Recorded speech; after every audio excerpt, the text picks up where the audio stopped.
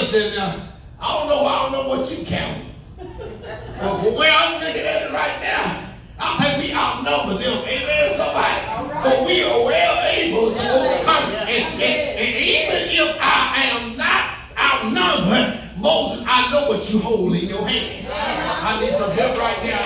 You got to understand that, Moses, I seen what you done with that rod. There ain't nothing over there that can do what God has put in your hand. You got to understand what God has put in the leader's hand. Amen, somebody. And so Caleb and Joshua still the people. They said, hold up now. We done went through a lot to escape Pharaoh. Amen. Hold up now. Oh, now we just witnessed manna fall from the sky. Hold up now. We just witnessed being thirsty. And Moses broke off a piece of tree and put it in a sour pond, and it became lemonade to us. Now, hold up now.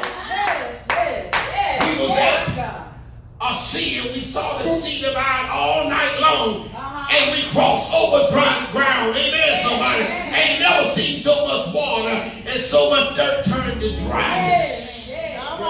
Hold up now.